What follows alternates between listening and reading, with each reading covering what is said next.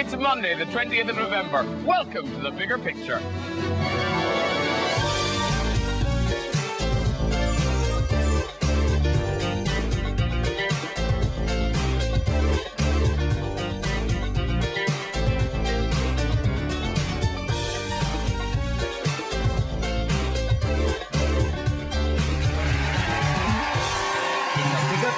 Tonight, Hollywood royalty Susan Sarandon, star of The Office and Pirates of the Caribbean Mackenzie Crook, writer and comedian Clive Anderson, and your host Graham Norton. Now, the wedding was conducted according to the principles of Scientology. This is the priest. After the wedding, he made a statement. Wibble, wibble, patang, whoop, weep. Hello, clouds. It was they actually do have a proper Church of Scientology service. Now, these are actual quotes from the ceremony, okay? So now my Kate, stand steady here and say to you today, and then for him decide you to be to him a wife. And do you ken that Tom here shall have you for his own? Do you? Where's the thing about the pan? Oh, we get that, right? So the couple's give vows, then the bride has to say, girls need clothes and food. Do. Do I say this now? Yeah, so this is, we're getting married. I've just done the, do you? Girls need clothes and food and tender happiness, as opposed to the other kind of happiness. And frills, a pan, a comb, perhaps a cat. But now you are legally married, so that's... and we're all witness to that.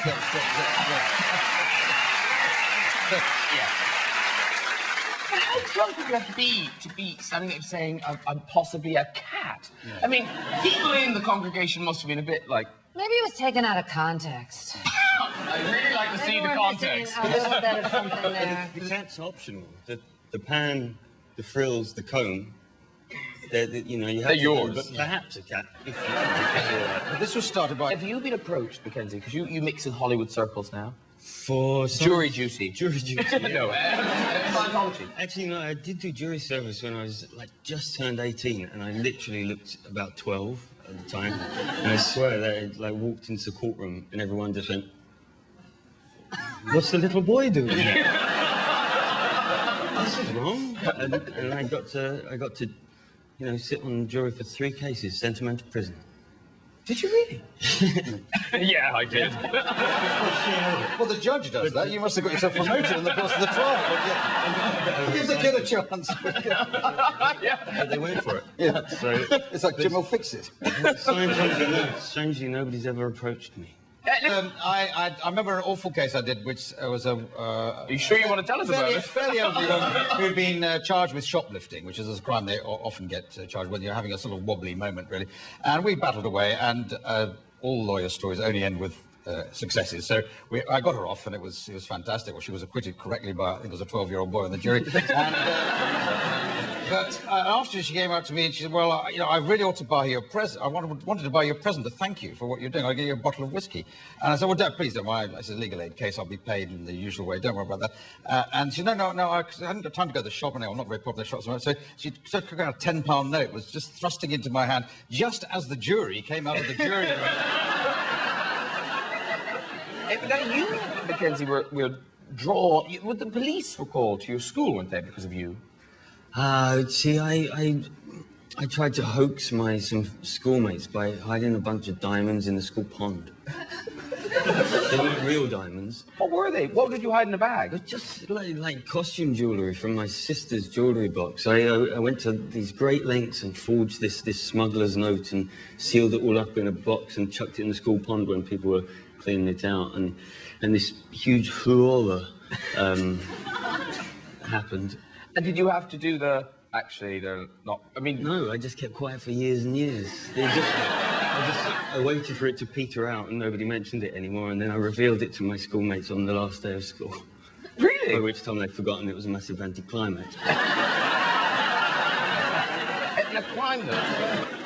Now, Mackenzie Crook, let's have a look at your picture.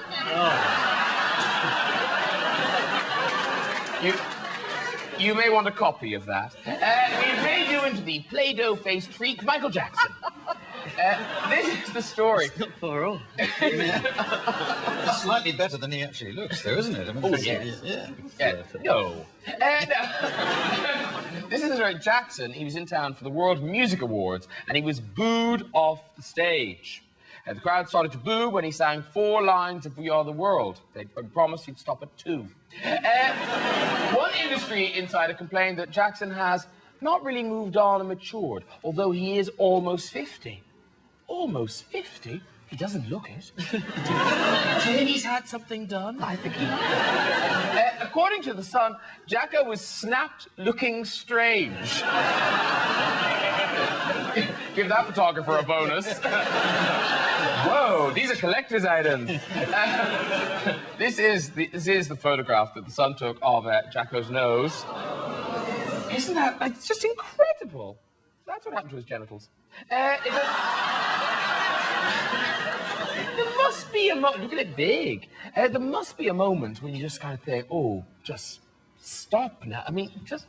Don't they have any sort of responsibility, the surgeons, that say, no, I think you've had enough, you know, like a barman saying... I'm sure a lot of them just did let's say leave that, it there. Yeah. but there's always somebody that's willing to Yes. take it. Yes. I think he finds the really shit ones. Yeah, I'll do it. Yeah, hang on. Oh, no, sorry. By the way, if you're wondering just how bad the World Music Awards were, here's a clue from The Sun. Jordan and Peter Andre were a highlight. At the end of the evening, Jackson said he was touched by his award and charmed by the children's choir. Thank God it was that way around.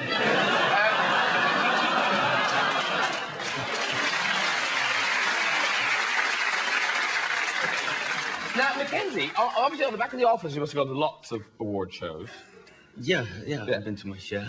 What was the thing that you're at the BAFTAs, you were behind Johnny Depp, and you had dinner with LL Cool J? That's right, and he congratulated me on my BAFTA. Yes. Which I hadn't won. But I just thanked him. I didn't want to explain to LL Cool J that he got the wrong person. I thought it would be rude. Yeah. So uncool. I just went along with it. Not cool. You wouldn't like it. Now, you are going back on stage, are you not? Yes. In the World Court. Am I? No, you're right. No. I hope you know something. I'm doing, His autobiography is going to be really short. Got a book deal, the end. Nothing before that. No, I'm doing the Seagull, Chekhov's The Seagull at the Royal Court in January. Playing, is it Constantine? Yes. You said, yeah.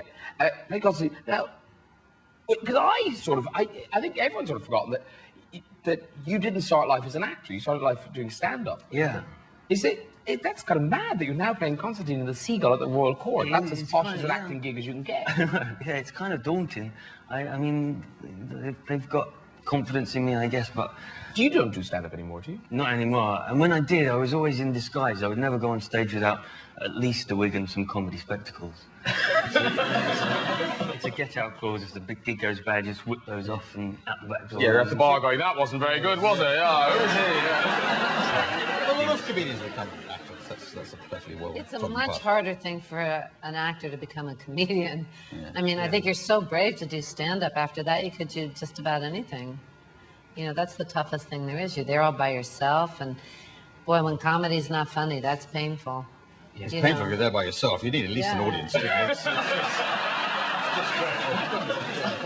don't know, it might be easy if you're there by yourself. But it's only 20 minutes. So if the gig doesn't, that's what I was thinking. If a gig doesn't go well, it's 20 minutes. Whereas if you make a movie and through no fault of your own, it turns out not to be the best movie in the world, it's taken 3 months to do it. Yeah, but you're at home somewhere when everyone hates you and thinks you're untalented. If you're on the stage, you've got a relationship, you know, and you make a movie, you're just got to get one little moment right practically by yourself, and then you're out of there. It's like the difference between, you know, film and stage is like the difference between masturbation and making love. And on the theater, you have a relationship for better or worse. Which of those was bad? I like them both.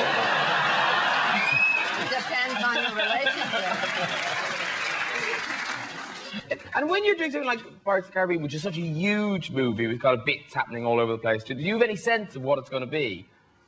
You do, excuse me, you do get blasé after a while walking out onto these huge sets and boarding a pirate ship for the umpteenth time this week. Yeah, You have to suffer for your art as well. I know, it's not easy.